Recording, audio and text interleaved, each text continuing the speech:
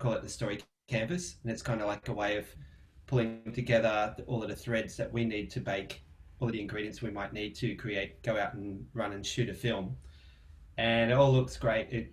We can fill one of these in. We teach workshops, and you fill it in 10 minutes, like your first one. Something in every box. Don't worry, just stay in flow. If it's taken 10 seconds, move to another one. You know, why are you telling this story? Who's it for? What are you trying to achieve with this story? How are you going to reach those people? What are a couple of things? Where are they stuck? How do you unstick that? And then who's the best people to speak to that? And then in the middle is the story section where we kind of bake it into an ideal narrative, where we then go out and see, is that the ideal narrative? New things emerge from there. Okay, so we teach all of that. And what I wanted to say was forget all of that, because we're in a workshop. And where is this? Oh, I took a screenshot. And we had some Indigenous Australians in the workshop, and they said, oh, that's just too complicated for me, man.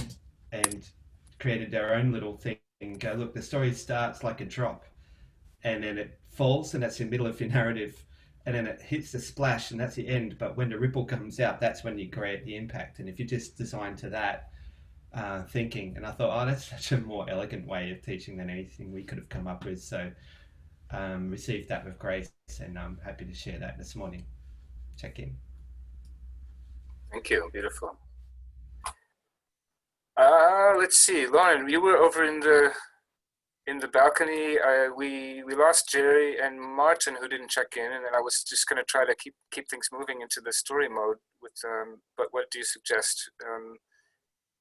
Now, Jerry and Max also. So there, I guess. You're muted? Sorry, this is. I'm so sorry we lost Max. Yeah. So I don't know. You wanted to have a balcony, and now we don't have all the people that were sort of billed as the story room. But what do you want to? Should I go in there and dive in and try to grab them? What do you think? Sure, I can do that. Oh, and okay. Can you please find the Metacogs thing with the Post-its? Oh, that might be. Is Rob? Where did Rob go? Now he's gone too. Yeah, that might take me a moment, but yes. So the more recent one from. Yeah. Okay. Sure. And I'll be right back. Okay. Well, just Peter, when do you need to go? By the way, I hope we're not keeping you from your film shoot. I've got about another 20, 25 minutes. Okay. So yeah, we definitely want to get you and Jerry and I think well anyway, whoever's here is going to be great. And let's see, Lauren has sort of assigned me to find something which will distract me. Has everyone seen? Maybe that's not a fair question, but we made, Lauren edited an amazing video, which some of us have referred to in the call, that was boiled down from about 4-hour conversation around this topic of learning pods and sort of the roots, the seeds of what we're calling now the cool laboratory with our own kids as well.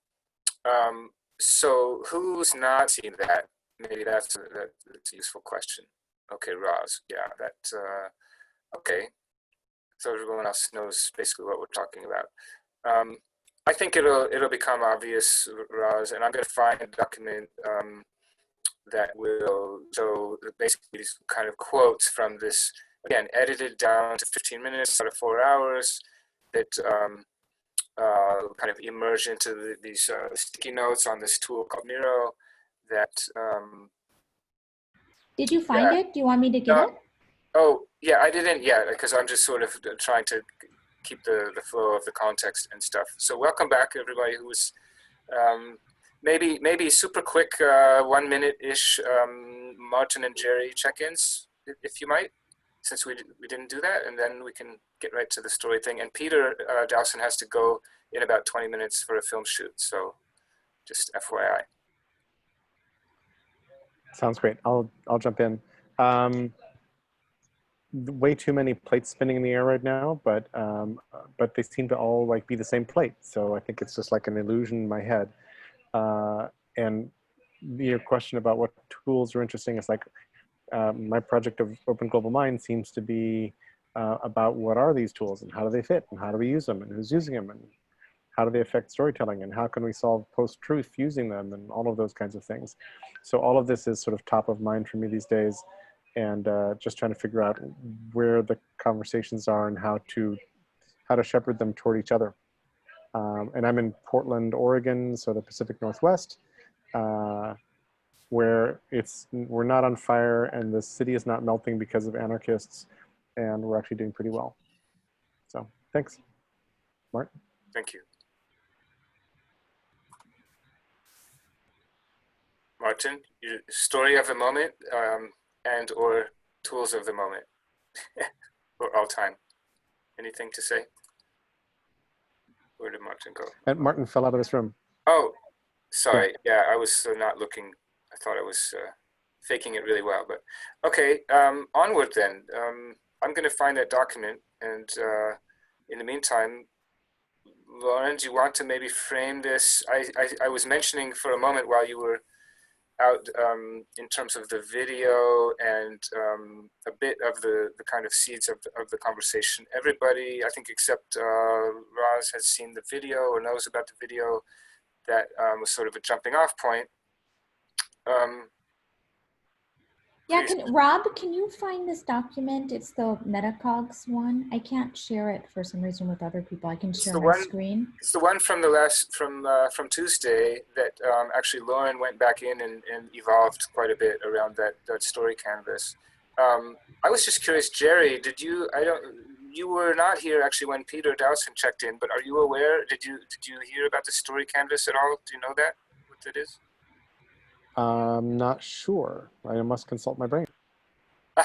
Okay. Well, we have the creator right here, and it's just a great pleasure to bring you guys together. And I think we thought Jay Golden was going to be here, and I think Max, I don't know where it went Max, but and Pete Kaminsky's here. Pete and Max are involved with you, Jerry, on some of the story threading. I think we want to hear about story threading and story canvas. Maybe try to mash them up quick before Peter has to jump. What do you think, Lauren? Does that make sense? Yeah. All right. On your mark, get set, flow. Well, I can just show you the story canvas and kind of what we've done so far. And maybe that will give us some ideas. Yeah, it's a great idea. Okay. Yeah. And Rob, are you able to get that Miro from Metacogs? If you can. Yeah, so this is it. Oh, perfect. Thanks. But Rob should give you the link. Hopefully there's a link we can give out. So this is basically, let me just explain. So we had an educational summit. I reduced about 4 hours down to about 15 minutes of what I thought was the most powerful things that people said. And then up here, I put, and I can bring this down, I think. I put all the quotes and Post-its and then started sticking them on the sticky board. And this is what started to emerge, this kind of story. And I hope people can jump on the board. Rob, could you give them the link? Is that possible? It is in the chat already, I think. Okay, can you see it then if you go in the link? So this is kind of, so I started to put it on the story canvas, and maybe, Peter, you can kind of take a look at it. And so I wasn't exactly sure how to fill out the story canvas, like how you decide all of these things in the boxes and stuff like that. So maybe you can give us some guidance with the sticky notes on there. And also just a kind of contextual question in terms of the approach, which if I understand, it's intended to be done over a cup of coffee, kind of quickly and in that mode. Is that right? Something else you want to say about that? Well, it's just a tool, and like any tool, this one's actually Creative Commons.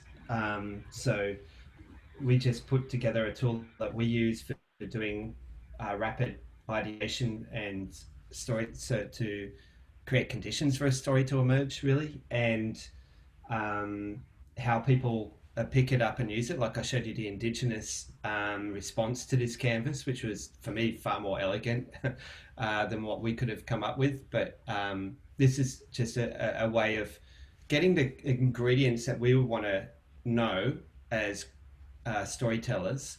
First of all, we have the story listen and receive the different elements, and these are the elements that really help us put something together. So the purpose is, why are we telling the story? What is the issue? How are things now? How would you like things to change? And this is geared towards storytelling for change or storytelling for impact. And the impact layer itself is at the bottom. So that's your outcomes indicators. That's impact language, but we stuck with that. So how are you going to make your change or progress visible? And then who is the audience that we're looking to move and engage through with the story? What do we know about them? Where are points? Where are their stuck points? Why, if we're looking to create a change, why are they not already in the future state? Like, what's the barrier? If we can find out what that is, we can speak to that, and that's where your key messages would come out. And we try and keep it quite simple, and the whole point of the story canvas is small areas, so you can't put too much in, but I love how you've reinvented that to make it a giant canvas. That's great. And once you know the sorts of things that the audience may love to hear to move on a journey, then we might start to think about who are the best voices to speak those messages. Not necessarily ourselves, but people that they would relate with. And then what does it look and feel like? That's your style and tone. And how are you going to reach them is the campaign. So how do you bridge your finished story with the audience? So many different ways. And you can actually break your story down into small digestible little pieces that might reach. So an Instagram thing might be just an image, or a tweet, or a longer video piece, or a short video piece, or written word. It's all so many different ways to tell a story. And that's in the middle is where we try and compile that into a simple, short narrative we call the ideal narrative. So yeah, that's just a run through. And the whole idea is for it's meant to be like, yeah, you do it over a coffee. Like, as creatives, we tend to take, and this is designed for ourselves. Like, if you told me, yeah, we need to tell a story and here are some of the things, I might sit with it for a week or a month, or some docos longer. This is designed to be done over a coffee and just short circuit that whole faff time that goes on. So yeah, and it tends to be more fun. You sit down with someone, have a cuppa, and sort of draw these things, elements out. Then the story, it creates conditions for the story to emerge. And this is an ideation thing, so you don't necessarily need to get it right, and perfection is the enemy. It's about just going through a process quickly, light, then bouncing it, testing it on others, testing it on your audience. Did the audience love this story? Where are the powerful moments in there? Can you rearrange those a little bit, iterate, start over if you need to? The whole thing's meant to be a light process. And Cool. yeah, Creative Commons. So Jerry, yes, your hand is up. I just wanted, I was going to turn it to Jerry, maybe a little bit on story threading and or just in response to Peter and the canvas. I'm sensitive to the time, Peter, before you have to go, and hopefully we could actually do that cuppa round and you know, do the mashup jam. But Jerry, over to you. Just really briefly, there, and I can do a really quick screen share for one of the things I'm talking about. There are a bunch of storytelling frames. First of all, Pete, I love the canvas. The story canvas is lovely, and it, like, the considerations for it make a ton of sense to me. So I was kind of adding things into it just to ask if you had seen these and would consider them and how they might fit in the canvas. But Jay Goldman is a member of the group that I'm running, and has a thing called the journey curve, which he talks about in his book Retellable. He has this nice concept of retellable stories. And this is, you know, once upon a time something happened, then one day, boom, boom, boom, until finally. And then there's obviously what's it called? The journey everybody talks about. Anyway, But there's also the red thread, which is a woman, I'm forgetting her name.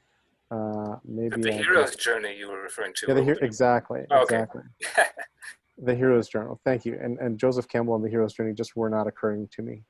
But the red thread is another kind of storytelling framework. So it seems like if it can't, since you're open sourcing this, it would be really interesting to take practitioners like Tamsin Webster, who came up with the red thread, the goal, the problem, the idea, the change, the actions. And then I got trained in Barbara Minto's Minto Pyramid, which was more of a logical, not really about storytelling or the hero's journey or anything like that. But each of these, I think, is like a power tool you could add in to the story canvas in really interesting ways. The question then is, how happy would any of the creators of these frameworks be to have their work suddenly sucked into some open framework? Dunno, because this is how they make a living, et cetera, et cetera. And how do you build an ecosystem where these people do well while having their ideas shared out really, really powerfully? So I just thought I'd throw that in the conversation. Thank you. Okay, well, we probably have just barely enough time to try to do, I don't know, Lauren, I think, yeah, however you want to do this, building on what we did, or just make a clean one, I don't know, just riff. This is kind of short time before Peter has to go, but how do you want to do it? Or Jerry and Peter and anyone else, how do you want to do it? I don't know. What do you think, Peter? I'll probably need to go through and digest because there's quite a few ingredients on here. That's just my instinct is I'd love to just connect a little bit more maybe. And then I can maybe asynchronously connect back into this like this evening or tomorrow morning if you like. But I'm happy, that would be my first response, but I'm happy to be guided as well. I'm really open and just want to collaborate, so cool. Happy to jam. Well, and come around on another Monday as well, anytime, anyone here, of course. I don't know, let's see, Martin, actually, you're the only one maybe that didn't check in. If you might want to check in a little bit and maybe help set this up, because you are a homeschooler and a parent, of course, and have a lot of things to say in terms of framing this, but the check-in was sort of what's a story that's alive and or tools that are alive for you right now, but in sort of like a minute or less. And then, I don't know, you've been in a lot of these conversations and very involved also in your work in building, what we're talking about. So love to hear from you a little bit, please. Okay, stories that are alive. Oh, interesting, actually. It's been, I guess, it's sort of kind of flat in some respects. I've been quite sort of, or rhythmic, let's say. So I don't know where the dramatic narrative is there exactly. Stories in my, in our personal rhythm. So the tools, if we're talking tech tools, I'm on a bit of a sort of a drive to bring peer-to-peer and self-sovereignty type applications to life, because they don't really have, and I think I share this with Jury actually, with trying to bring accessibility to personal data and the connections between them. So that's not really a sort of making tools, I suppose, but it's building on the shoulders of giants. It's just remixing an open source. So and about learning pods or whatever we want to call them. This is the use case, the frame of this part of the session, and sure. Kind of fleshing out. So please set us up a little bit if you might. Well, from our family's point of view, we would not call ourselves a pod exactly. I was sort of having to kind of find out what people meant by pod, and even though it's sort of perhaps an obvious sounding question. So we're a homeschooling family. And I mean, my personal journey with that has been that I was actually initially very skeptical about, you know, how can you possibly, you know, what does it mean even? Do you set up a classroom at home and so on? I come from a very schooled tradition myself, and, you know, have been sort of patterned through my childhood to succeed in a certain way, and was quite good at that. So it's sort of come as a bit of a surprise to me that actually allowing children to play and being essentially self-directed, but and I don't know, what does that mean even?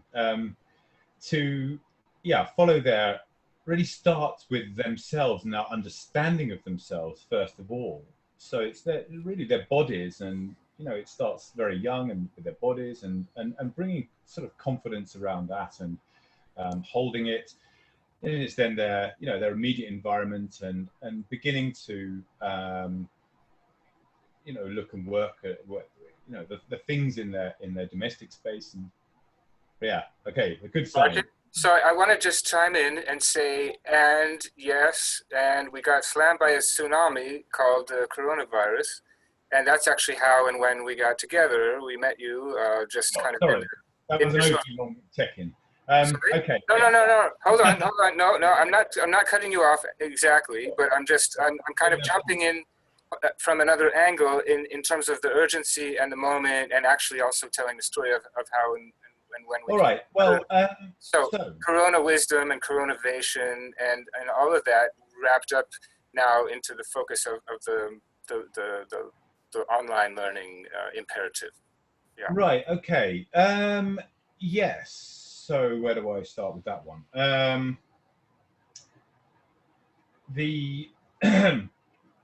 Where do I start? So, I mean, for well, in sort of personal terms, about 18 months, I've been, the way homeschoolers that I know personally, and, you know, we're looking after our children's learning, fostering it, and we do this together in our networks, and this is true in the UK when we were living there, also true in Ireland. So there's these very informal networks of many different styles and perhaps attitudes, but they tend to emerge. So the styles and connectivity amongst, you know, those who are stewards of learning is actually genuinely emergent. Now, when it came to the tooling side, it's you know, there isn't any, let's say, interoperability between those groups that do emerge, and they can be regional or maybe have some sort of interests together at greater scale. So when people come to sort of organize their local groups on Facebook, it really makes no sense. Some groups just have private email lists and invitation only and so on. So there is a really a growing need to connect people together. And when it comes to the coronavirus side, of course, then, you know, suddenly we're accelerating to an age of connecting together synchronously and needing to actually do what we're doing now with Zoom. And so it's building these bridges and connectivity in, you know, and there's a convergence there, I guess, between what was already emergent in the homeschooling space and a sort of a demand for that.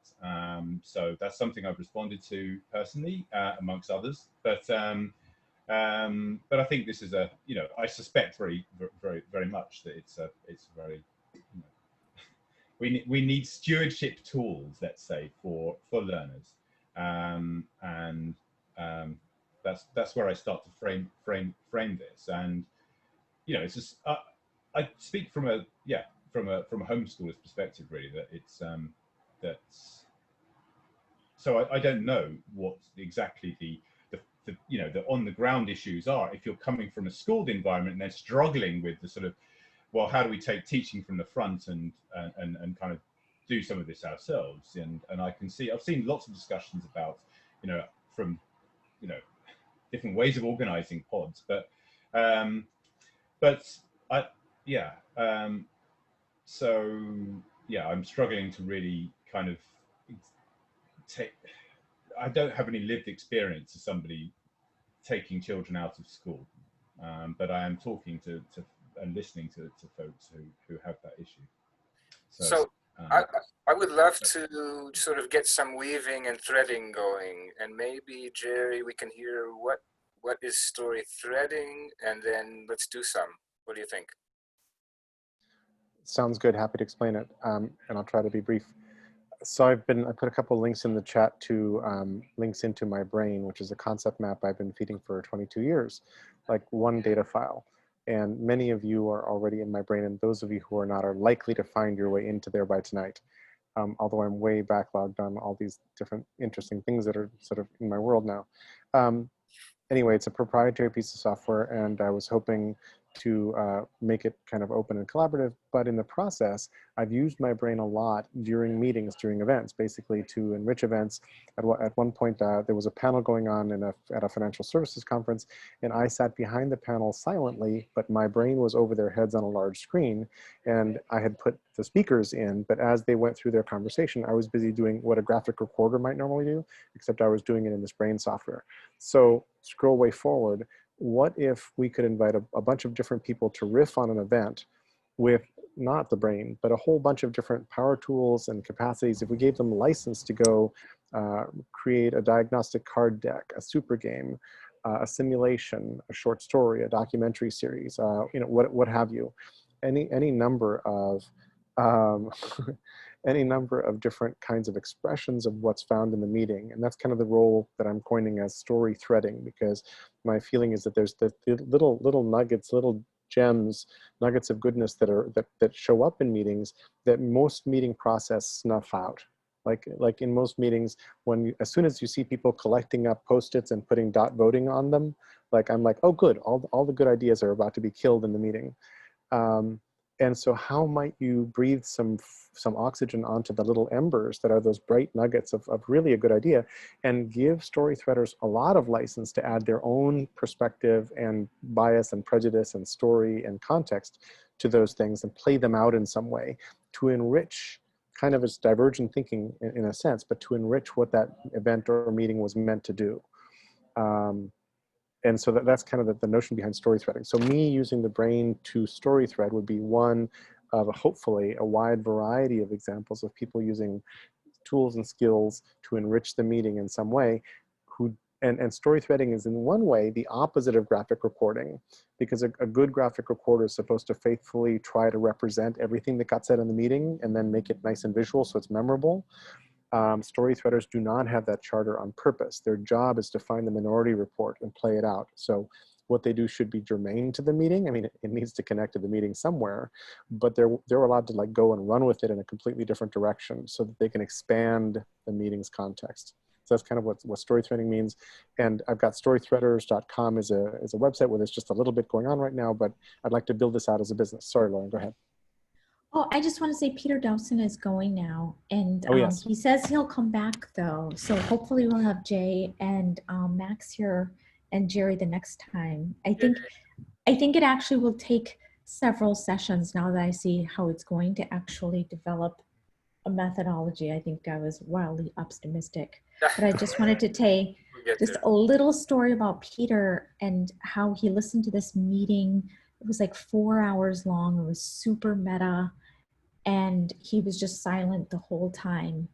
And then he just dropped a bomb at the end of the meeting. He said, is this kind of like what you were saying? And then he summed it up. I've never heard anything like that in my life. It was amazing.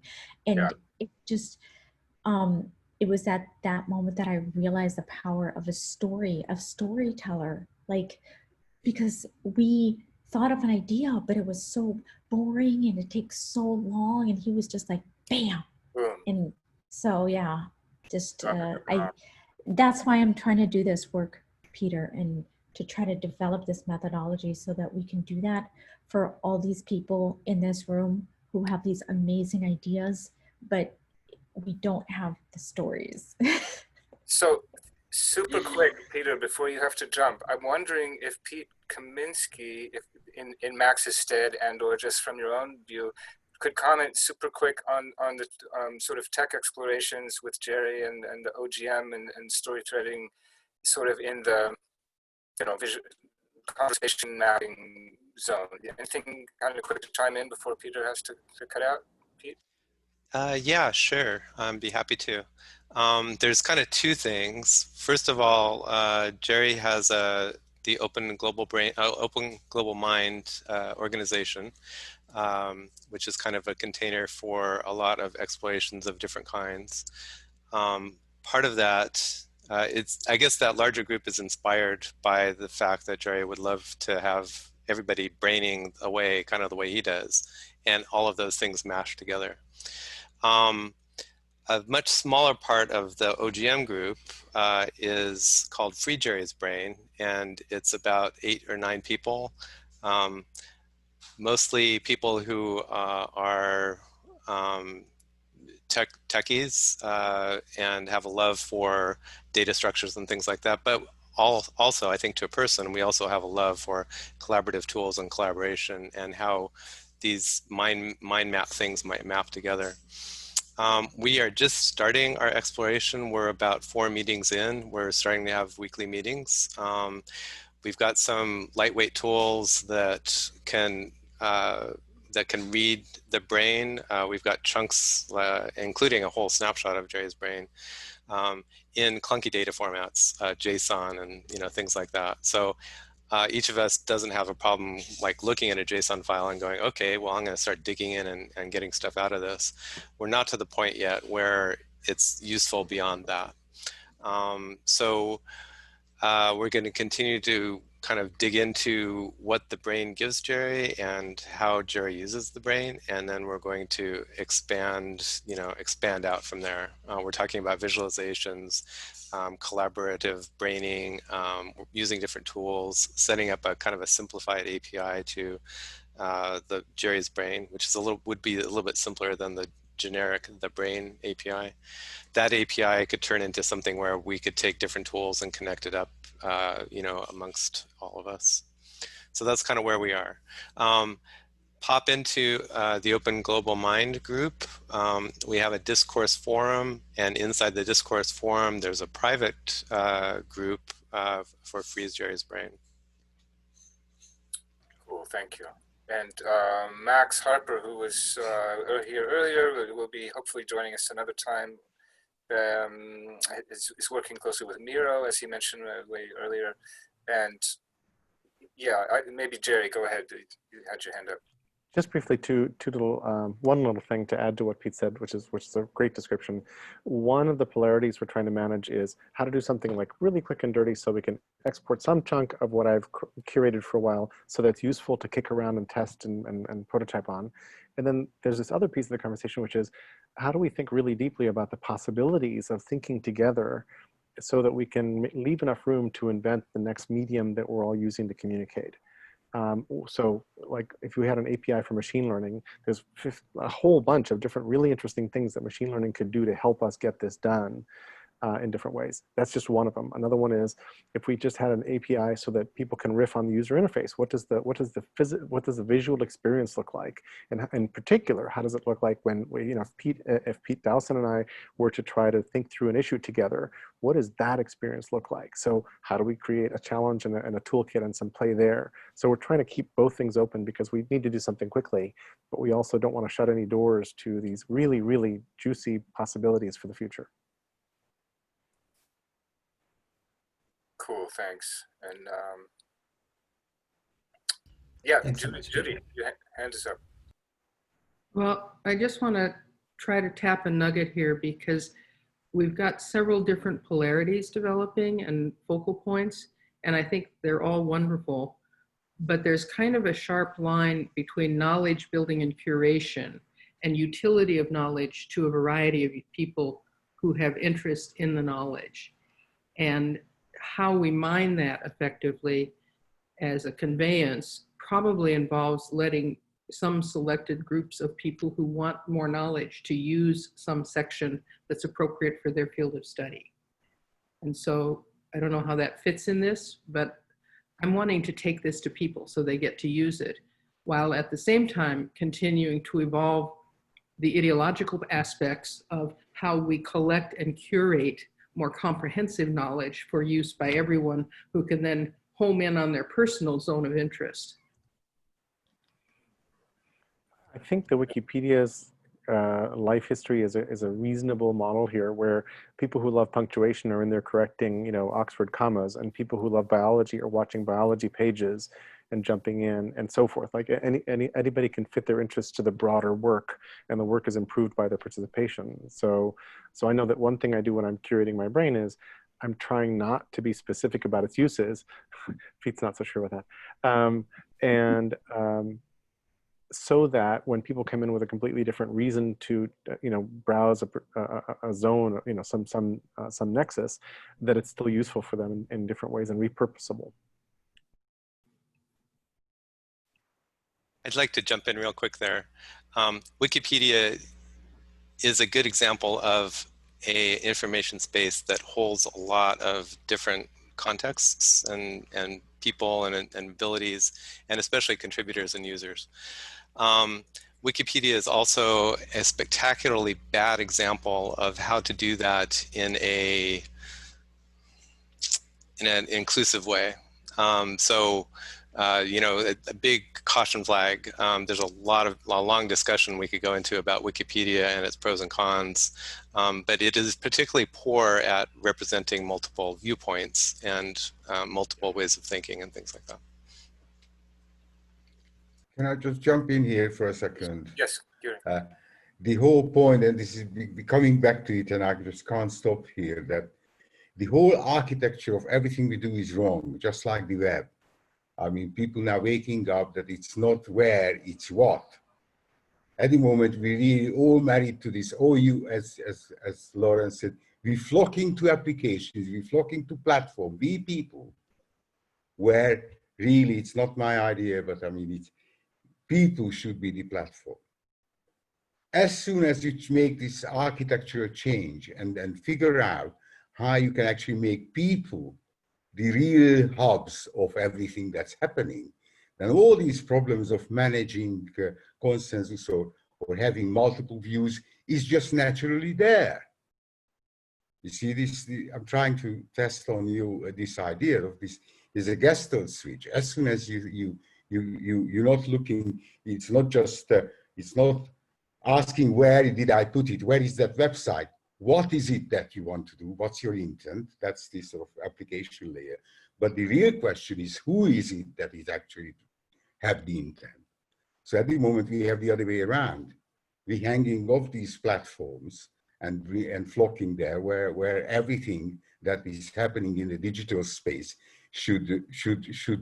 we should bring the capabilities to ourselves instead of going where the capabilities resides. I think that really can solve all these problems. Over. I would love to sort of give a gentle prompt over to Roz, perhaps. We haven't heard from you, and you're here sort of for the young people. Perhaps you'd like to chime in, knowing a bit about the context, although you didn't see the video, which let's try to make that an advantage now. Like, you don't know what actually we're sort of one of the things that we're talking about and pointing to, but yeah, anything to offer to the flow here, please.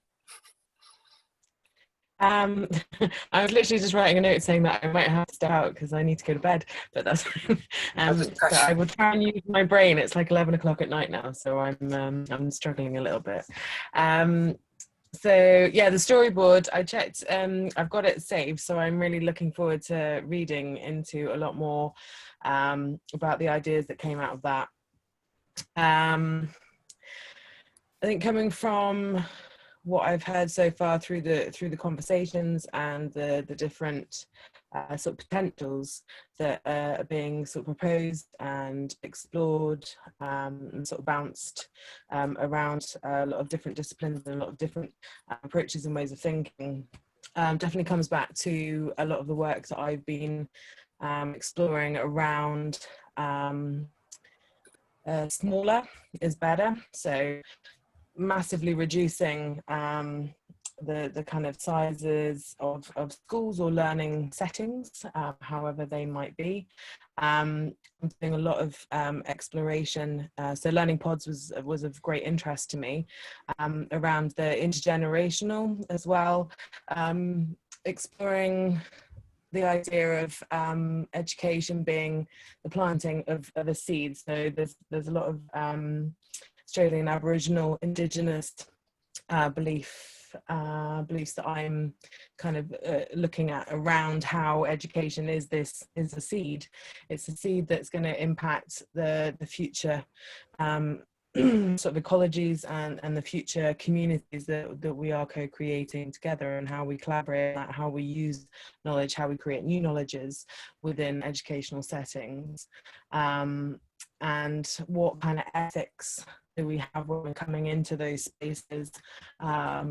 How do we even transfer the quantity and qualities of data that we've got about our societies and about our history? How do we learn about those stories from the past? How do we utilize those in the present? How do they inform our decision making into the future? I think all of those things were generally being covered in what you were discussing on your storyboard, and how you want to put those into practice. And I'm only just looking at different examples myself on how to apply that. I mean, we've got quite a lot of experimentation happened literally 100 years ago around alternative schools, alternative educational approaches. You've got SAND School, which is the child-directed learning, which Martin, I think was kind of, you were talking about how it's amazing that, you know, we have natural curiosity, we naturally all want to learn, and there is a kind of direction that we take. And it is around this curiosity. It's about wanting to have relationships with all of these things around us, whether they are living beings or objects, and our fascination with the context of those things in our lives. And we then form an understanding about ourselves based on those relationships and how we interact with those environments. So I think the shift in the kind of ontological and epistemological perception of what being human is really informing how education can transform itself into the future. And that changes how we think, how we create our own identities. That changes our concept of community, changes our concept of how new knowledges get created and who has power in those new knowledges, and affects how we think about the future. So I suppose that's my contribution. I think there's already elements of that's already happening in the stories that you're exploring. So I would really like to carry on kind of contributing to that and being part of this discussion. Oh, that's wonderful. Thank you. I was curious just if you might add a slight bit more, Roz, before you have to go, about what it, you know, give us a little bit more clear idea of your work, and I don't know how exactly that relates also to the alternative UK, but you know, is there some kind of something tangible that we can hear about, perhaps? Yeah, I think I would like something tangible myself. I think the pandemic kind of left me quite yeah. So I've kind of utilized it as an opportunity to kind of really explore a lot more into alternative philosophies of education. I'm hopefully going to be starting a PhD very soon, which is exploring this kind of relationship of why people actually become teachers and why they want to enter those spaces, and actually what kind of teacher do they really want to be. And there's a lot of different perspectives on how we transform the idea of what education is, how we transform learning as a process and a practice.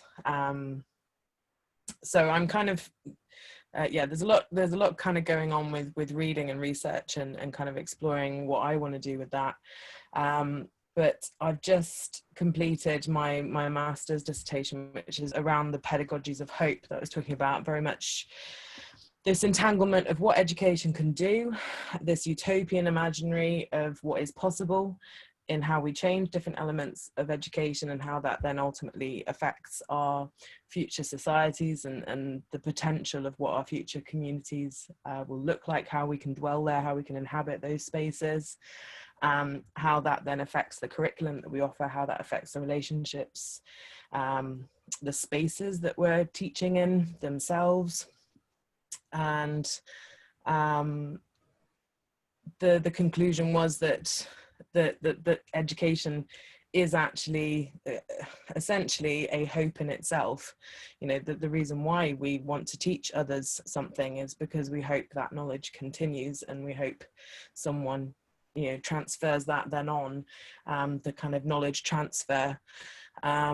You know, an idea is this kind of living narrative that can be passed through the generations and hopefully get used and built on. It just depends on what those knowledges are. So that's where I was kind of coming from my master's. And the project with the Alternative UK is around this kind of loss of kind of democratic integrity. And, you know, we all of you know that we're kind of living in a very difficult time of, you know, post-truth, of education systems not really preparing young people with genuine life skills, with actual knowledge about societies that they are right now, and how we could imagine them differently, and how that can happen over time. So as a citizenship teacher, my background was to teach that, you know, to teach, well, how does our political system actually work? How did it come to be?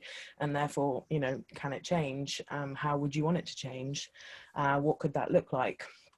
And around sort of the ethics of what governance is and who should be governing, what is power, you know, who should have power, are there alternatives, what would be the benefits of those alternatives. So I usually explored with students quite a lot of different alternatives. We used to do a lot of different decision-making processes, a lot of project-based work, a lot of group decision-making, and kind of exploring how to campaign, how to be activists, how to collaborate in ways that they felt would kind of consider all dynamics of transforming or problem solving a real life issue that was genuinely relevant to them in their local community, or kind of the wider world. So out of that and a conversation with Indra, we were trying to explore what could we offer as a kind of course or a program that young people would want to engage with, that gave them an alternative to our political system. You know, what could we give them that they could learn about, that wasn't, you know, a party system, that isn't representative of actually an awful lot of people's political aspirations, that didn't perpetuate the kind of disillusion that nothing is going to represent them and nothing is going to shift and change. So how do we do that? And how do we give them the skills to do that as well at a grassroots level? So that's the work that me and Indra, well, I'm kind of putting together summary proposals at the moment, and hopefully we're going to collaborate with a couple of youth groups. And it's about futures thinking as well. It's trying to support a visioning process with a kind of skills and competencies development as well. So that's my cat meowing at me. Yeah. So that's where like me and Indra are at as well. Beautiful. I appreciate that update, and welcome. It's just great to have you here, and come around some more as much as you want and can. Yeah, that would be great. So we have something just happened, and we're late actually. So I want to apologize, Lauren. I really have to say, everybody, it's Lauren's birthday right now after midnight over here in Europe, and so everybody, happy birthday to you. Happy birthday to you. Happy birthday, dear Queen Lauren. Happy birthday to you. And a bunch of wisdom too. Can I give you guys a new version of that song that I just learned? Please, Daphne.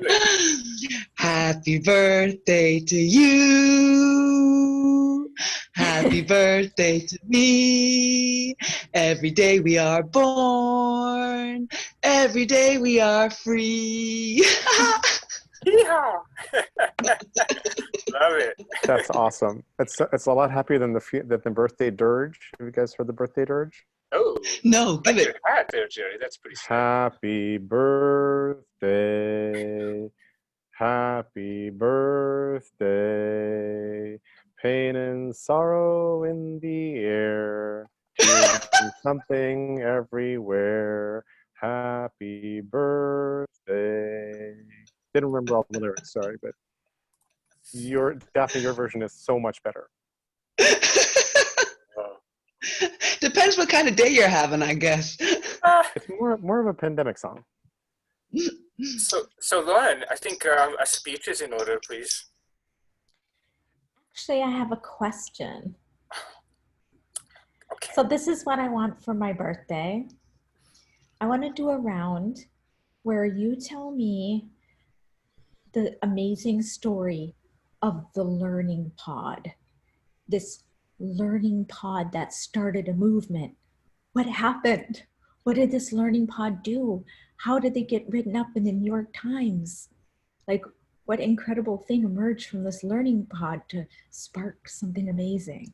It had a great publicist. So that's what I like. Can you just imagine something like this learning pod did that was different, and how, like, and just tell a little story about it? I'm happy to start, and Yeah. everybody can sort of tag team in. So by 2025, like 70% of the world's educational system, in quotes, because I don't like the words education, school, or teaching, had made its way into informal self-directed learning, which used to be called learning pods, but that ran into a whole bunch of sort of correctness and whatever, and found a new name. I don't know, but it was kind of scaffolding for learning that was available to anybody, any place, that cost almost nothing, but that included a series of people who could be helpful in anybody's learning journey, and that included mechanisms for forming cohorts to learn different things, so that you weren't like intentionally isolated with kids who were born within 12 months of you for some reason, thinking that that was a good way to learn, or that or that your same cohort needed to be the group that you learned everything with, which is also a stupid artificial way to create scarcity. So this future learning pod scaffolding wound up creating a much more educated citizenry, because anybody at any age could not only sort of go to Khan Academy 2025, but also could then connect that learning to their real world, to their neighborhood, to improve their neighborhood, to real problems about poverty and so forth. And as people formed into these cohorts, there were ways to bring people who needed a lot of help to get up into the platform, into this sort of scaffolding, and didn't have access, didn't have tools, didn't have even Wi-Fi or tools. There were ways to actually bring them up into the groups as they were forming. And people took it as their earliest projects to go help the groups that needed the most help, and to include the people who were underrepresented or just not even at the table in most policy discussions or other kinds of conversations, so that the learning that was happening actually changed people's lives and neighborhoods and watersheds, which made it like really compelling to do. So people would start opting in. They would sort of take a little step off of the compulsory education system and official education system off into this sort of scaffolding of pods and whatevers. And once they tried one thing and it worked pretty well, they would then sort of take more and more of their learning lives out into this world. So that the new scaffolding wasn't designed to topple the educational bureaucracy. It was designed to lure people away into a better way of learning, and then gradually replace the learning bureaucracy. Because every country knows that, give me your 7-year-olds and I'll change the world, because I'll basically indoctrinate them into my way of seeing the world. And therefore, we have the Texas School Board, which controls what books most kids in the United States compulsory education system get to read, which is completely nuts. They're like, you scratch on that a little bit and you're like, this is crazy times. So how do we get out into a trustworthy, connected learning environment that mixes ages, that doesn't care about, your cohort has to be this age group, et cetera, that brings back all the abundance that's actually present in the world for learning. And all of this happened in the next 5 years. It was kind of cool. And Can I follow this up? And it all happened because they were not creating flipped classrooms, but by flipping the way people are actually connecting, either physically or digitally, got flipped over. And another really interesting aspect was that once the resources were no longer or lack of resources was a hindrance, and once some of these very, very repressive frameworks like classrooms and stuff like that were taken out of the picture, a lot of kids that seemed dysfunctional started showing themselves to be actually highly functional human beings. And all of a sudden, teachers started to realize that much more than having a calling to teach, they had a calling to learn. And once they started learning from all of these brilliant little people in front of them and all of the things that they had to offer, the dynamics just completely changed, and everybody's growth process just went on an exponential curve up. Sorry, just one more thing. And then in education, they discovered what Gibbons knew and the Romans knew, and Feynman quotes in his lectures notes, that the efforts of teaching are rarely of much efficacy, except in those favorable circumstances when they are almost superfluous. So you got to find that sweet spot. Don't try to teach. Yeah, over. Well, I enjoyed that. What else happened? You know, there's some people who've been pretty quiet. Rob, Annalua, Walter. Hey, Walter. Welcome, by the way. We didn't acknowledge Walter Karshak. If anyone's awake or hearing us, then we want to hear from you, too. It's easy to be awake in the US. Yeah. One of the things that strikes me about this sort of looking ahead into learning is that it's not about money.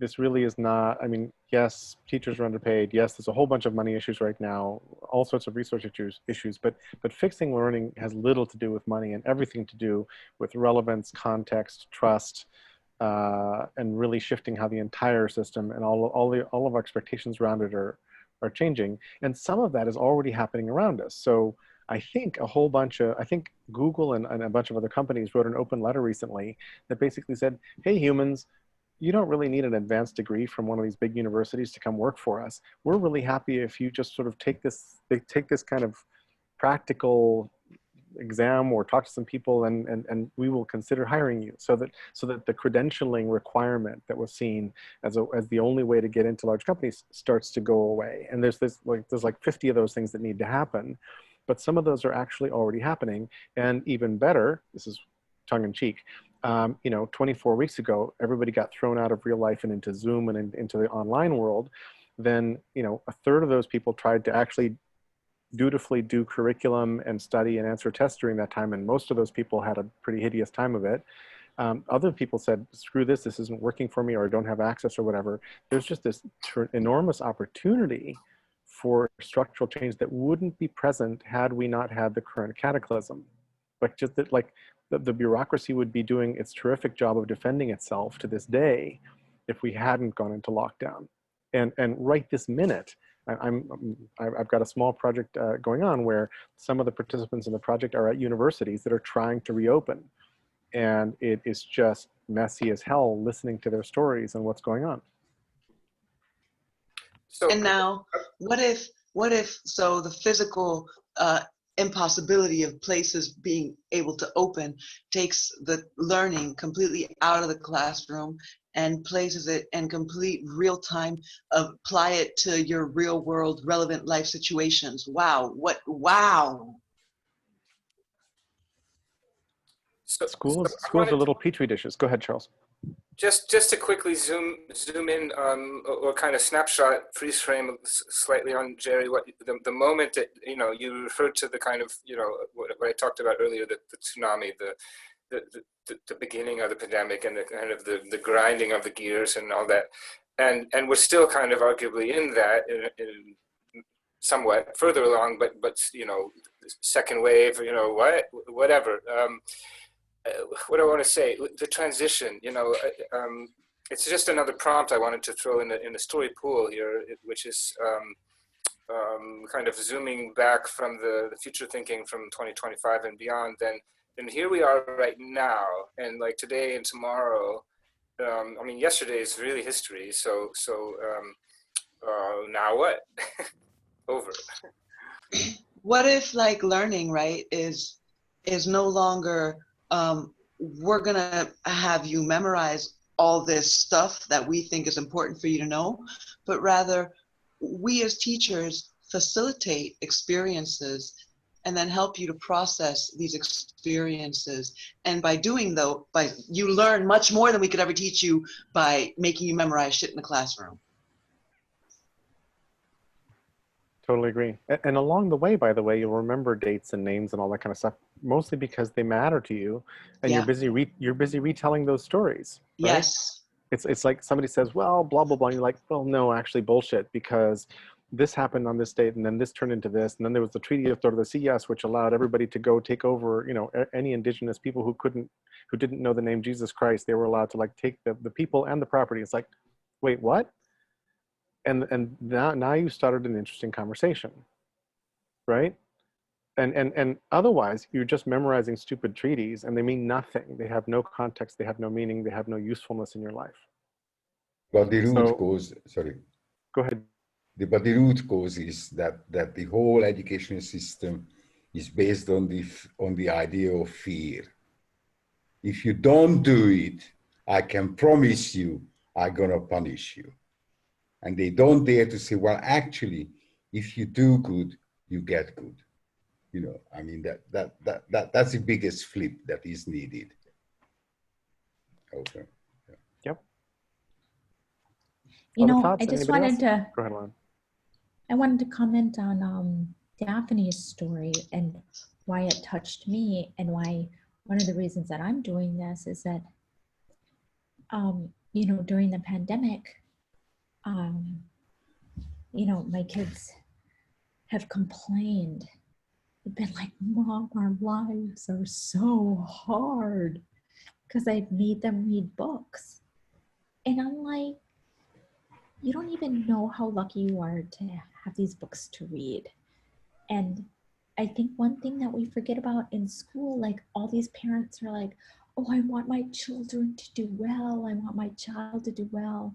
And it's like, there's no focus on like, I want my child to be a good person.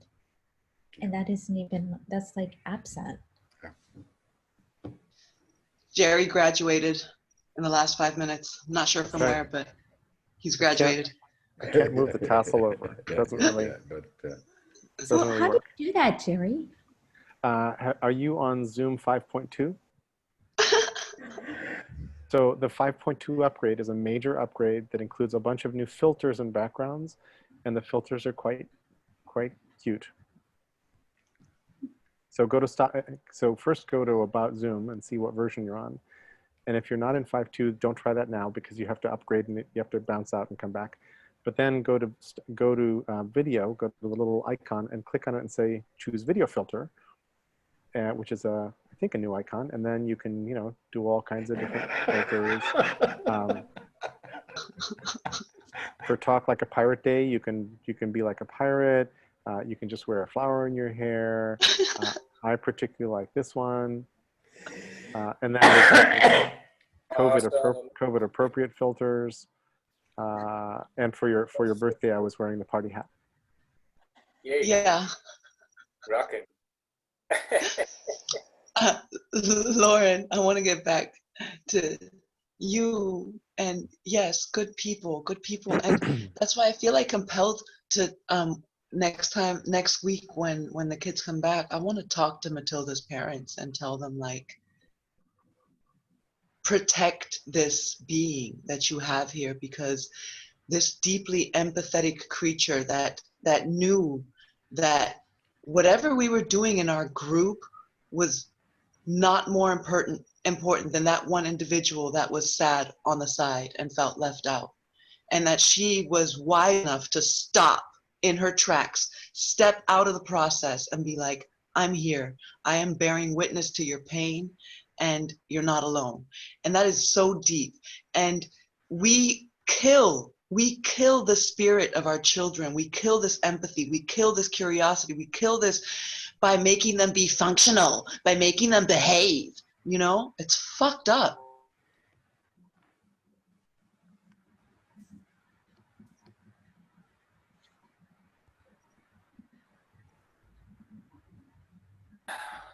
To honor that space. Thank you. Breathing and flow. I have possible gear shift or just another prompt, which is about technology and online spaces and context of virtual communities and virtual engagement online, and even zooming back out to in the physical classroom or any kind of classroom or learning space, engagement, and then zooming further out into engagement in any community, digital or other. So these are all themes and weaving in here. And one kind of particular manifestation or kind of a dark side potentially, and also the bright side, on the tech end of learning and education, it came to my attention a couple of months ago, and I don't know if some of you here were in a Medicogs call, where Roland Legrand mentioned a kind of bit of a shocking statistic that there's an article somewhere we can dig up that, and this is, I guess it was, I don't remember exactly when it's from, but relatively recent research, possibly during the pandemic, although I don't remember. A survey of American parents of elementary age kids said that around half are using Alexa for their schoolwork or with their schoolwork somehow in sometimes very substantial ways. So I just wanted to flash that as one example and manifestation of this sort of amazing opportunities and also kind of terrible pitfalls over.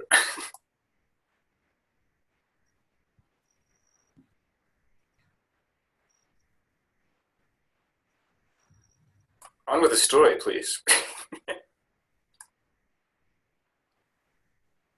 Jerry, I have a question. Do you have a section of your brain where you capture educational experiments? Or should we? Like what? Well, like what we're talking about. Really? I have insane numbers of resources on self-directed education, unschooling. I have a huge section called Challenges for Kids, where for 20 years, and probably a third of the links in that section are dead, and you'd need to go to the Wayback Machine or something to find them. But all of them are really cool things you could do with your kids, or just send your kids to go look at and see if they like. And then I have a whole bunch of alternative schools. There's many different sort of nodes that I can think of that totally fit here. I'm just wondering if there's a way to offer to sort of get the word out about the availability of the resources, because there's no people reinventing the wheel if the wheel already exists. Well, the Khan Academy. So I own the domain learn.net, as I typed it in here with a 3 instead of an E, because learn.com was taken, et cetera, et cetera. And in a fit of pique after an event years ago, I bought this. I haven't done much with it. You'll see that the website isn't even finished, because I stopped, I think, mid-sentence when I published it. It's on Google Sites. My intention now was to actually make time to operationalize this conversation, like you guys in CICOLAB and all of that, around what do we do about learning pods, how does this work, any and all of the resources in my brain, and to turn this into something that anybody could go look at as scaffolding for how to learn anything, anywhere, at any time, and to point to resources like Khan Academy, and I have long lists of the resources also that are available, open content, and a whole, including like Firefox, which is physical phone. There's this really cool thing that a university in Germany created as open source software. You install the app on your phone, and then you put your phone inside of a roller, like a cardboard roller, roll it downhill, and then you get data fed to you from the accelerometers and the barometers on your phone. Like, your phone has many more sensors than you realize. All of that are activated by this cute little app that then lets you, like do stuff. And nobody knows this exists. And almost everybody, like half the world, has a smartphone now on board. You know, the other half is trying to figure out, 20% are too smart to get into this medium and get in trouble and get spun by the whole thing. But then there's a huge chunk that would like to be part of, you know, online and don't have these things. But the tools are there, they're open, they're cool, they're usable. So anybody who would like to go use learn.net to be a hub for how to step into this world, please. There's a zone of high need in the physical sciences right now, because a lot of my professional colleagues that are still teaching are struggling with trying to transfer experimental training to a virtual mode almost overnight. And it takes a major rethink to do that, and they're ill-equipped to do it both from the technology standpoint and a little bit from the doctrine standpoint, because they've been doing experiments the same way. They don't have to be done the same way, but that's a different change. How might we help them? I think that's a great specific question to just go address. And I think we'd actually need probably to be in conversation with a couple of people who are in that situation to do it appropriately. Because I'm far enough out of the academy to only have like warm guesses to what might be happening. Okay, I'll touch base with some if you want to invite a couple, that are working on this.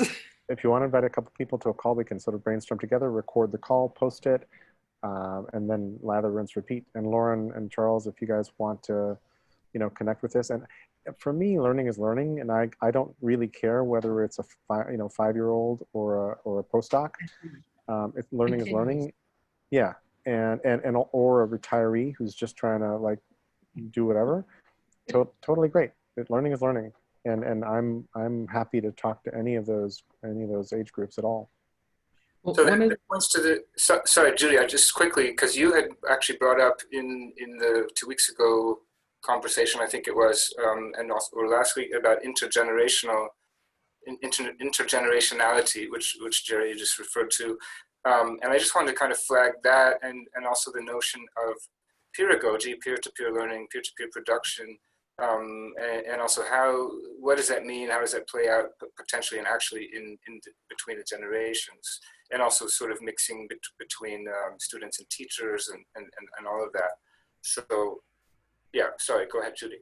Well, I was just going to comment with the arts group that I'm working with. They're trying to take into action some of these things. They did a lot of virtual work earlier in the year to take classes to people despite not being able to physically be in classes. And now they're coming into the school year where they would normally go into the schools and work with age groups of different kids to do things. So they're working on that, but they really love the notion of intergenerationality and adding that to it.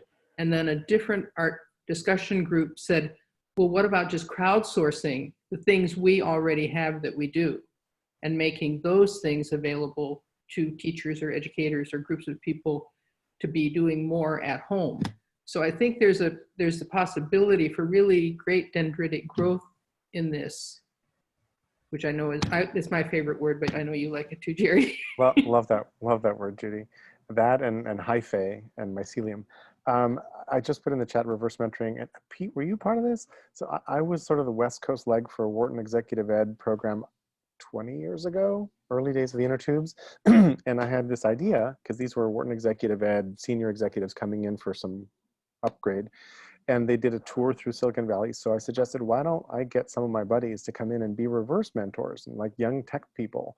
And this is good this will work at most any age, because like there's what a 12-year-old knows about TikTok and Instagram is going to be news to a 50-year-old.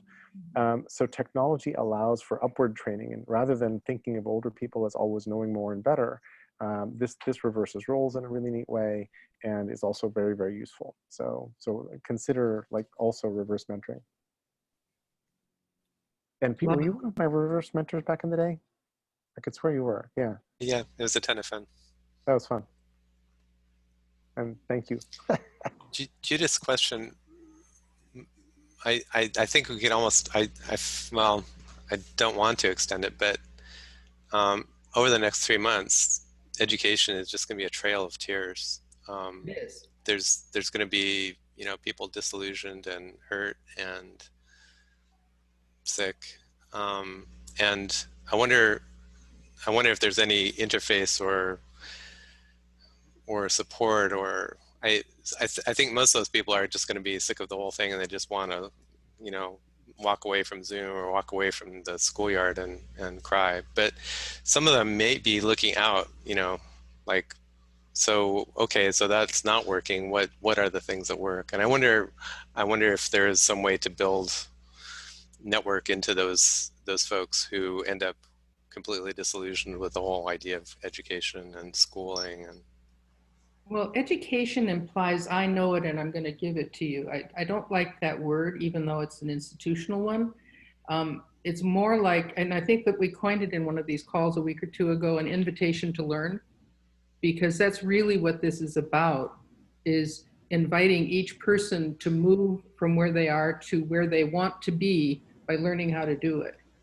And once you figure out that you can do that, then the world is wide open to you, in the sense and of how do we reach the people who walk away from Zoom or walk away from school? Well, there's an entitlement issue too, sort of an economic issue, because these pods that are cropping up largely in affluent neighborhoods with like-minded intellectuals who can enable this for their children in a way that other districts can't do it at all.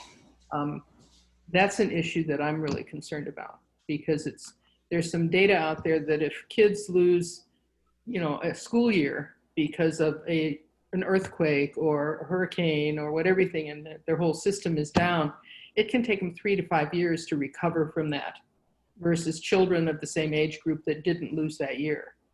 So what does it mean to recover from that? Sorry? But what does it mean to recover from that?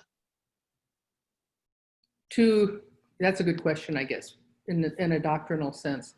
But I think whether or not their resilience has caused them to become high-speed learners and adaptive, or has caused them to be traumatized, I can't say. Okay, so it's like that their performance in school suffers, and they maybe flunk grades or stuff like that because of that year. They get set backward, and they get set backward in the expected fish ladder of education. Yeah. See, what I've experienced in my own life, because I've always was really, I performed very poorly in school as a child, and it wasn't until I went into university, as I dropped out of the 10th grade. I left the States when I was 14, about to finish the 9th grade. I came to Germany, and because I didn't speak the language and because of some learning gaps in the curriculum, I got put back into the 8th grade. So I finished the year, instead of finishing the 9th grade, I finished the 8th. And the next year, I went back into the 8th. And then at some point, because I started taking drugs, because I was very frustrated by being called a nigger in school every day and all kinds of other shit, I flunked 1 grade. So then I was 17, finishing the 10th grade, and I had left the States at 14, finishing the 9th grade. And so I was always really, really bad at school. And then when I went to university, when I was 25, you know, I had taken the SATs, the GED, SAT, and got into college in the States. And all of a sudden I was on the dean's list. And I got grants and scholarships, and I was like a really good fucking student. And a lot of like throughout my life, the question of being the only Black person in my family, there was a lot of things that were on my mind, and moving a lot, leaving Mexico, coming to America, leaving America, coming to Germany, culture shock, language shock, race shock, all kinds of shocks. And it made it really, really hard for me to focus in school and care about what the fuck they were talking about.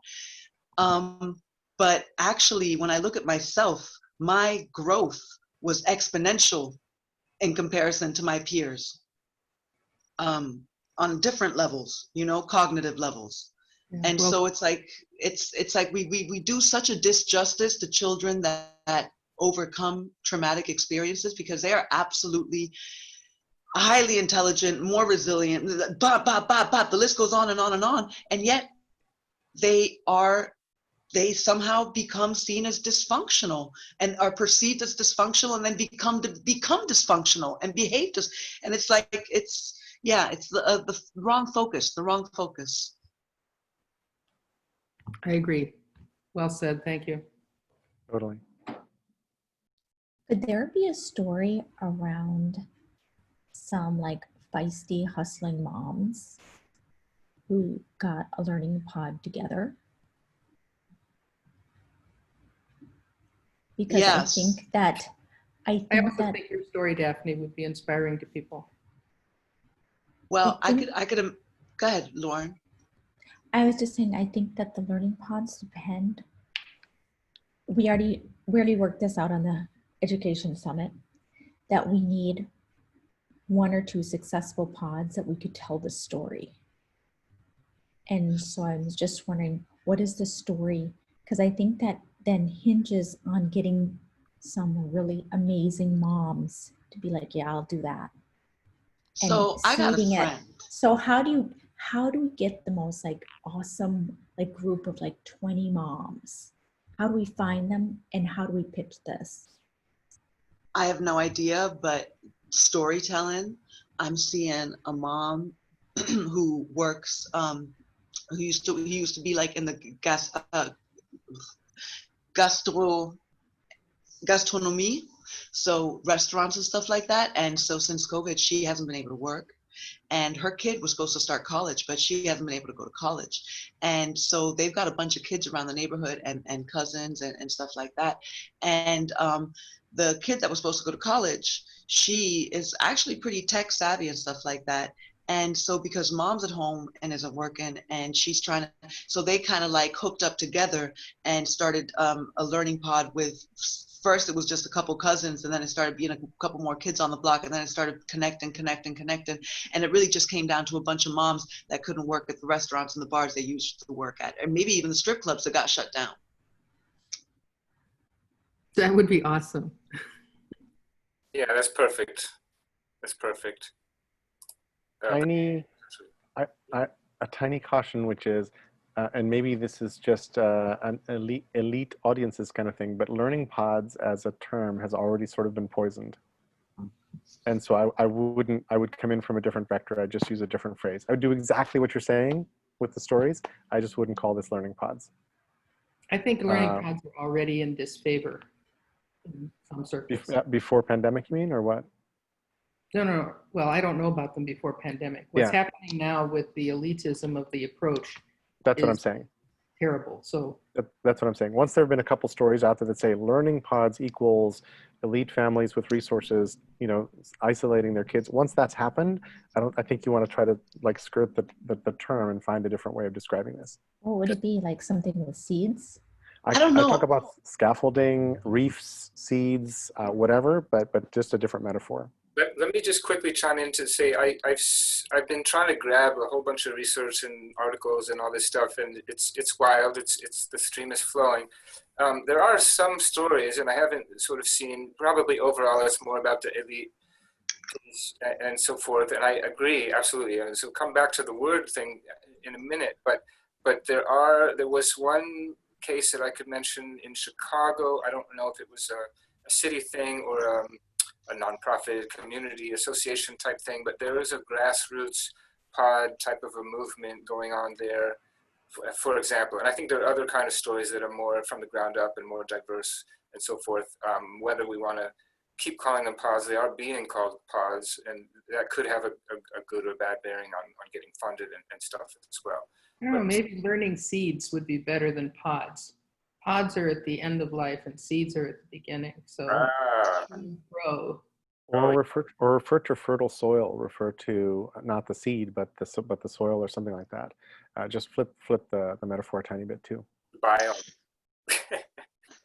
I'm going in a total different direction. I have 3 words that kind of popped into my head right when this question came up: block party, jam, and drum circle. And it's because of the spirit of those things and the interactions and what we were talking about, learning taking place real learning being in experience and interaction and in these circles of, yeah, I don't know. I love that language. I was, just before we go sort of deeper into the word thing, Martin, I wonder if you might oblige, a kind of personal question, but back, being a little playful, but back on this idea, Lauren, of the feisty moms. Okay, if I understand, Martin, that your wife might be a good candidate for this. I'm not sure if that's an appropriate question, but what do you think? How feisty is my wife?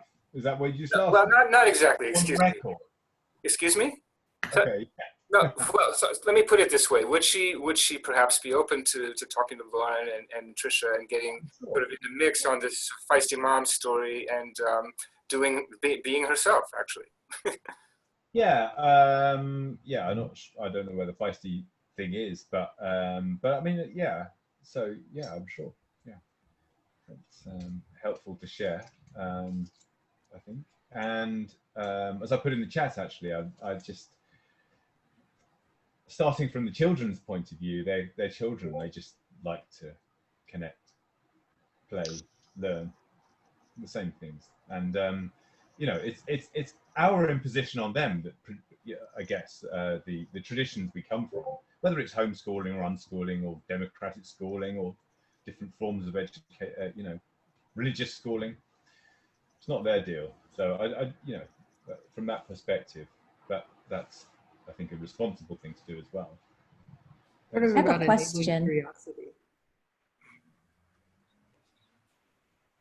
Question. Go ahead. I was wondering if like you could set it up like almost like derivatives, almost like complicated debt swaps that basically like saying, oh, if we reach this milestone, would you donate this resource to our learning pod or learning seed? And then kind of setting things up so you could like do it like dominoes, where you start like negotiating deals. Oh, if we just happen to get to this milestone, would you do this? And keep on doing that. And it might even sound like preposterous that you could get there, but you could kind of go backward, and so that you could, at each little milestone that you reached, like we reach a certain milestone and these storytellers will do a video about us. And then we reach another milestone and this other thing can happen. Could we, do you think we could set it up like that? Daphne? Are you? I'm not sure I totally follow, to be honest with you. Can I jump in? Yeah. So I think you're talking about maybe both rewards or motivators or badges and funding. Is that right, Lauren? No, not really. Like, Okay.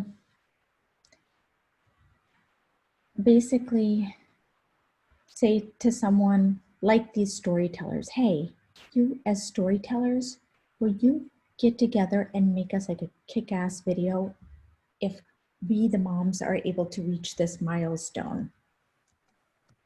And they So can say yes or no. crowdfunding? Kind of like that, except it's like resource crowdfunding. Yeah, I mean, Wait, crowdfunding is pretty broadly known. Go ahead, Daphne. So if you, the moms, like if this group of like moms does learning seeds or learning fertilized soil or whatever we're gonna call it, and then they get if they reach certain milestones, then storytellers tell stories for them? At least with the first pod. Okay, because my thing, I was gonna, because once I realized that you were literally asking for moms, my story was based off of my friend Michelle and her daughter, Daphne, who I think can't go to college right now. And then I was thinking of my friend Stacy, who has 2 kids, and they must be like 12 and 9 or something like that now. and she had them like super active in New York, in Brooklyn, going to like these kids family demonstrations and stuff like that. And but she works on film sets, and from what I gathered reaching out to her, she's busy on productions again like that. And so for both, like I think Shelley, who works in restaurants and might not be as active, she might be like, okay, well, I have the time right now.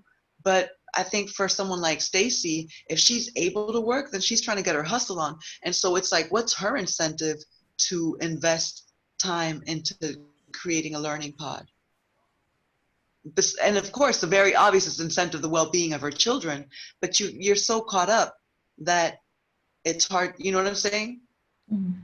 So, I mean, because the moms that I could think of, I think the greatest problem would be their being able to conceptualize the time that they invest bringing a feasible return for them not to be out grinding the way they usually would.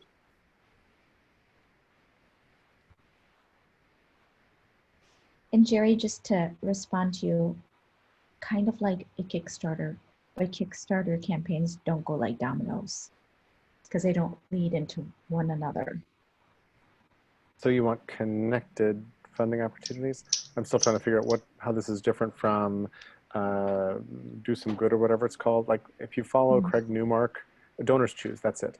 If you follow Craig Newmark on Twitter, he is constantly retweeting sort of Donor Choose campaigns, which are teachers saying, hey, we only need $50 and then we can buy like a whatever for my classroom. And that seems to work at some level. That's not how we should be funding education. It's more like have you ever heard the story of someone who traded a paperclip and they got a house in 9 trades? He's in my brain. That. It's like that. Oh, so you want to level up through the donations or contributions or exchanges. You want basically exchanges that level up, that ratchet upward? Mm-hmm. So what would these stories like? So, okay, so moms get together and they meet some sort of learning goal. Then what do they get from the stories that then get to be told? Like, or are they meeting some kind of learning goal in order to get for someone to connect them with someone to tell the story of their learning experience and then get funding to further their learning experience? I didn't quite get that. No, didn't follow that, right? So it's like, are they, because I'm not sure if I follow, but where my brain is going is like, okay, so there's a group of moms and they are going out of their way to make this work, even though it seems inconvenient at first and they have to restructure their whole life and all that. And then they meet their first goal and it hooks them up with people. And the first goal tells the story of their creation of this learning pod. And then by getting that story out there, they get funding to further the process of their learning seed. Like that? Mm-hmm. Yeah, I mean, I think the seed pod would basically be people who are really committed to making it work because they believed in the deeper mission of the equality in education, and not just like my kids, but like we are going to make this work because we are going to make an accessible education pod that can be scaled and replicated for other people as well. So here comes my total ignorance, because although I have like, I did see the video of your guys' last talk, and I try to follow some of the links. I actually have no idea what a learning pod actually looks like. Is it like a Zoom conversation between a teacher and a bunch of kids? Right now, Jerry, you can describe it.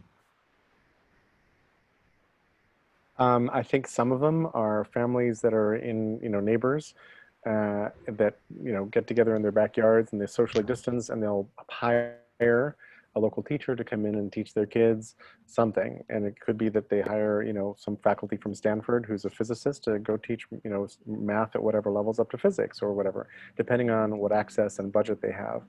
Some of them are very likely in Zoom, as you just described, Daphne, but they're busy finding somebody who they've asked and are paying to teach a series of topics or courses or something like that. Beyond that, I think like some of these could be trying to follow school curriculum and get their kids tested through the usual stages. Some of them could be doing really adventurous, like and interesting learning. I don't know. And I've seen no studies of the diversity or frequency of what models or anything like that. Another word to drop in, just to say tutoring, it is relevant here because it's kind of this line between like the teacher in the classroom with the curriculum and the the formality, and then tutoring, which is I'm a tutor. I have some insight into this, and just to say that's a lot of the learning pods relate very much to tutoring as well. Yeah, exactly. I have a friend, Sandra, who I invited. I sent your email to, and unfortunately, she's so overwhelmed. She's a tutor and is now overwhelmed with this overflow of work. And she's like, it's going to be a very lucrative time, but I don't know how the fuck to get through it. And so she's also in this dilemma of like feeling like she's so caught up trying to do that she can't even pay attention to this, which might actually give her a lot of input that could help her do it. You know what I'm saying? So, but I'm going to reach out to her again because I think she could definitely be someone to work with on this. And also me, myself, I'm thinking as I hear you guys talking about learning pods and what that is, I'm like, well, damn, I do circus pedagogy, and I have friends that have all kinds of different skills, even some academic ones as well, not just artsy fartsies, but, and I mean, we could do a learning pod out on the field. We've got enough open space. We actually have our collective space, Sadi Sadi too, where we could also be indoors. And so I'm starting to understand what this whole concept of learning pods is and how I actually, even I could do this, and maybe I should do this. That'd be cool. Well, we're doing it. Just to quickly give another prompt or a kind of question frame, which is about age groups. Now, I mean, we're all for intergenerationality, but there's something called, I'm an English teacher as well sometimes, and there's this thing called grading of language. So there's this language that doesn't, go between generations. So, and then in terms of the telling the story of the unlearning pod, I'm going to call them unlearning pods now, by the way. We found ourselves kind of bouncing around in the story room a bit before we called it the story room, because we didn't have exactly the context, even specific to age group. So, yeah, I'm out. Over. Check. I was going to add a small difficult point, which is for some kids, Wi-Fi and a tablet or a laptop is not the issue. It's personal safety. It's having enough to eat. It's being in a place where there's no place to actually even think. It's, all those kinds of issues. And wishful thinking here, if we could create a system that solves for that in some way, that creates some slack, that loosens up some resources, that gives kids, that helps them address and overcome those issues, which turns into rapidly sort of group therapy and a bunch of other stuff. But that would be a great thing. That would be a phenomenal thing. If a piece of the bootstrappy part of this that Lauren's kind of describing actually addresses those really difficult issues that keep a lot of kids from even considering learning. And there's a bunch of kids who end up in schools and are not learning, partly because the rest of their lives are really, really messy. There's no place for them to learn in their heads. And they're learning survival on the streets if they're learning anything. I want to actually jump in on that and tell us a story actually of a friend of mine in his community in his mother's village in Senegal. He's from Gambia. His name is Cherno. Lawrence met him a little bit. Yeah, I was thinking we have to get in touch with him. Well, Sure. I'm in touch with him. So there's a lot to say about all that. But so first of all, Jerry, just listening to you reminded me to mention something about Shay and what he's been doing for a number of years with kids in the community and education and also feeding them and also creating projects to create the revenue to get the food together and the transportation while they're in school. But now I sort of, like, my mind is sort of flipping back and forth between the physical and the digital. Now, just to say, over there, everyone or most everyone has cheap mobile phones from China. So they're connected. And that's useful to know. And so, but what Jay actually is, it's a rainy season now, and he managed to do a crowdfunding to get some land to plant some stuff so that they can actually eat, but they can also sell some things at the end of the growing season to put some kids to school, to literally get them there in terms of the transportation, and also to feed them and care for them while they're in school. So these are real, like, you know, physical, on the ground needs, and it's kind of the landscape. But then they have the pandemic there as well, and I'm not totally up to date on that, but they're out in the country and they have sort of people gaming the system, breaking quarantine from the cities and coming back to the village and bringing all kinds of goodies, you know, so that's happening. But I think I just wanted to kind of flash a spotlight on Che and what he's been doing. And I look forward to connecting up there, but maybe there's something that we're talking about and doing in terms of these, you know, the formerly known as pods things. And I don't know what's the latest with the school situation over there, but I think with the phones being plugged in, we could do something also with them. So thanks, over.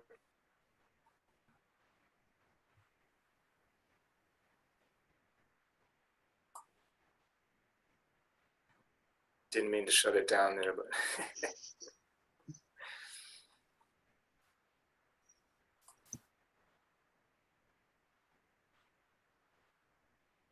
Okay. Just a note, we're coming up on 4 hours. Oh yeah.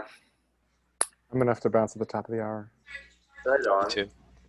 So with whoever is going, any sort of wrap up type thoughts, pointers to the way forward?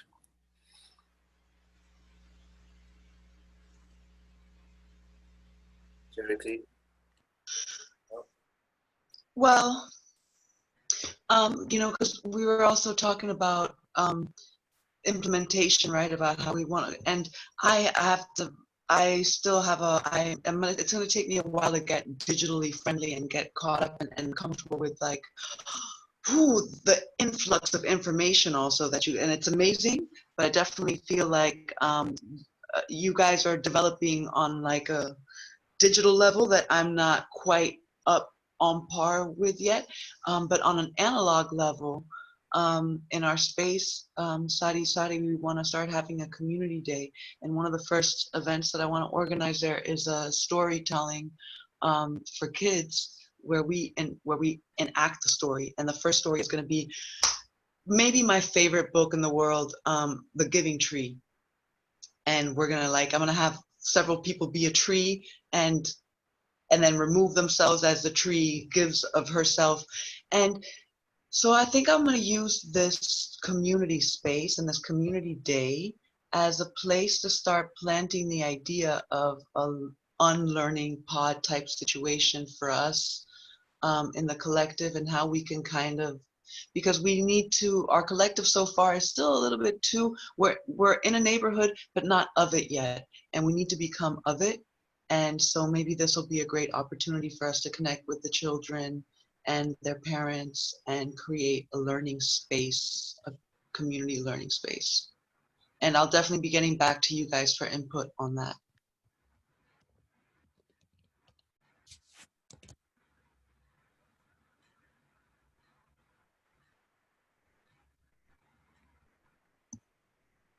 Anything from you guys that are about to go off into the ether?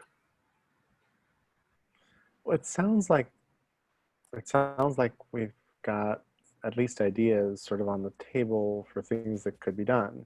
And from simple stuff like telling the story about feisty moms who started doing something and turning that into storytelling of various kinds, to using websites like learn.net or whatever to provide open resources for other people, to thinking through how these resources might actually create a broader, deeper scaffolding / thing formerly known as learning pods.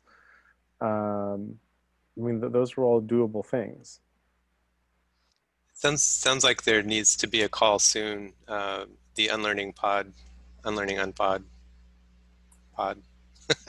Unpodding. Daphne, don't spend too much time by yourself digging into digital stuff. If there's digital stuff that you need dug into, find me or find somebody else and say, look, can you walk me through this? Very cool. Thank you, Pete. Yay. Thank you very much, for real. You're welcome. Hey, happy birthday, Lauren. Yeah, happy Yay. birthday, It's a Lauren. great birthday. Happy birthday.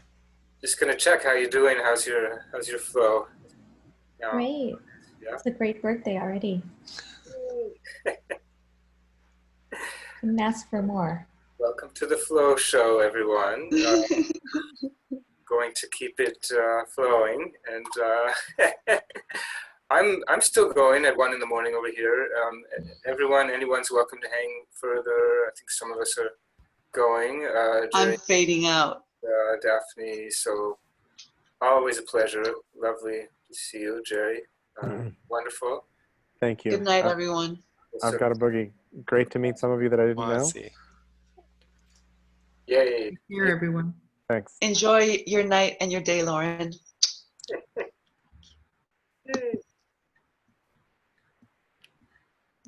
Cool. Pete, any oh, he's also out. That's fine. Well, here we are. Let's see. Annalua and Walter have not said a peep. They might be listening to us while they're sleeping. We don't really know.